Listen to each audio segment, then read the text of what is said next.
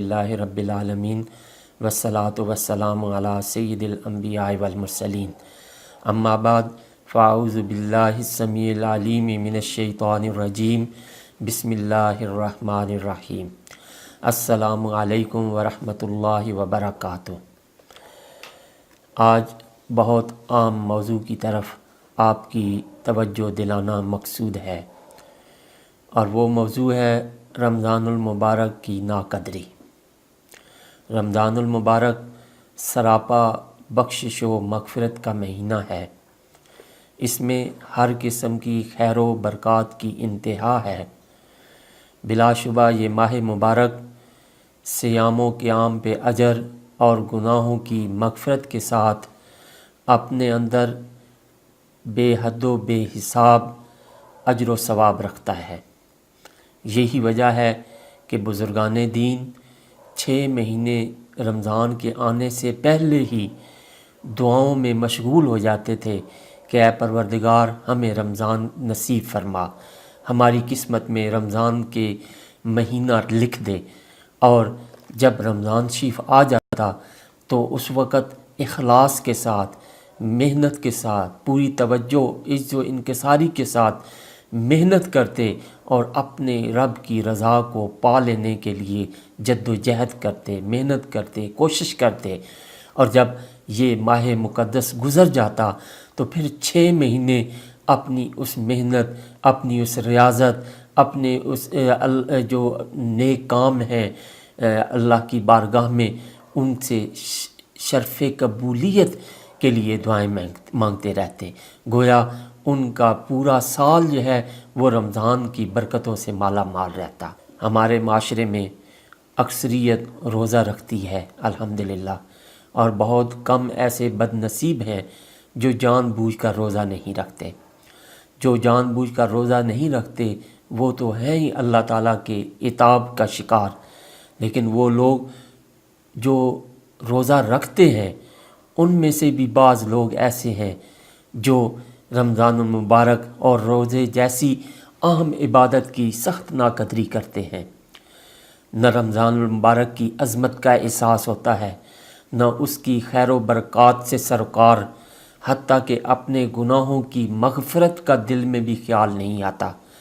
جبکہ رمضان المبارک پا کر اس میں مغفرت حاصل نہ کرنا بڑے خسارے کا سودا ہے۔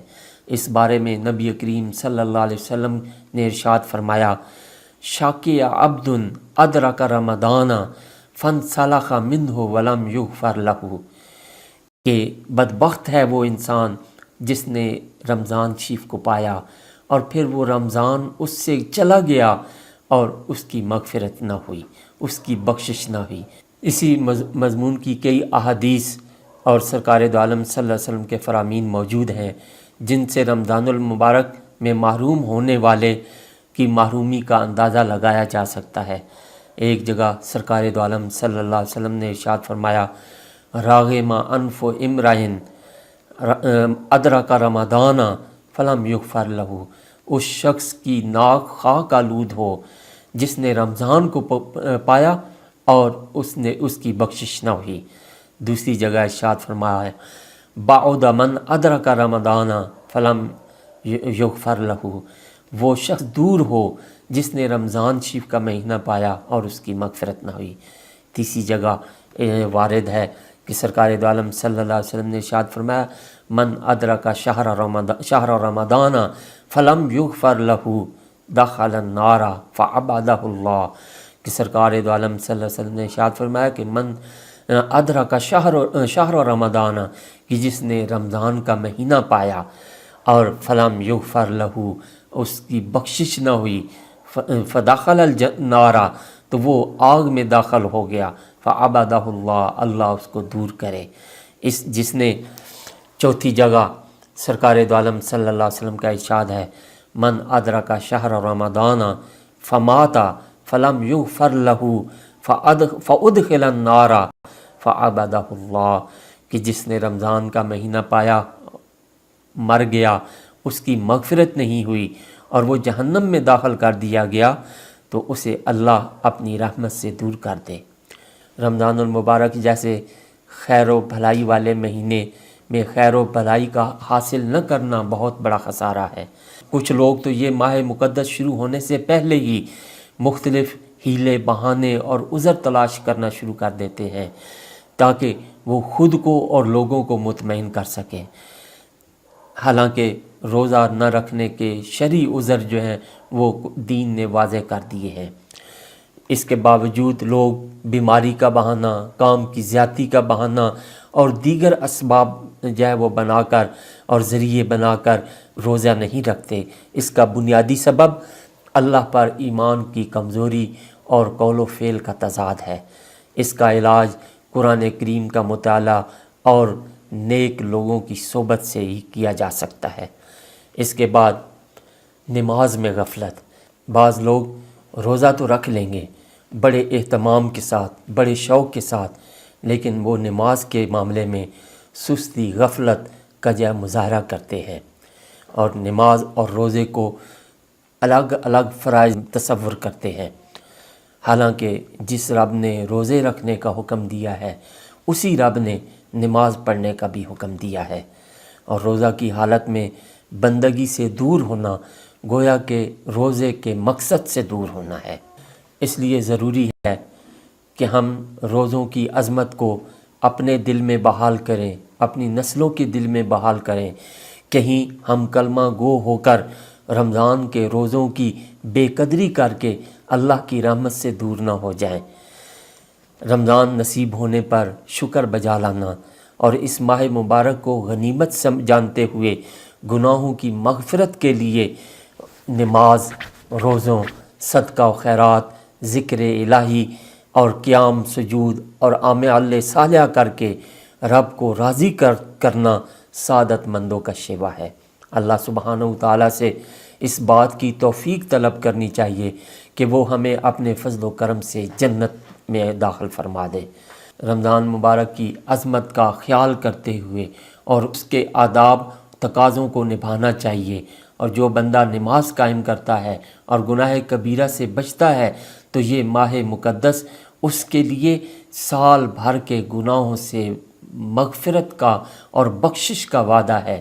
نبی کریم رؤوف الرحیم صلی اللہ علیہ وسلم نے ارشاد فرمایا، الصلوات الخمس والجمعۃ الی الجمعۃ ورمضان الی رمضان مکفرات ما بینہن اذا اجتنب الکبائر، کہ پانچوں نمازیں ہر جمعہ دوسرے جمعے تک اور رمضان دوسرے رمضان تک درمیانی مدت کے گناہوں کو معاف کر دیے جاتے ہیں بشرطے کہ کبیرہ گناہوں سے بچا جائے۔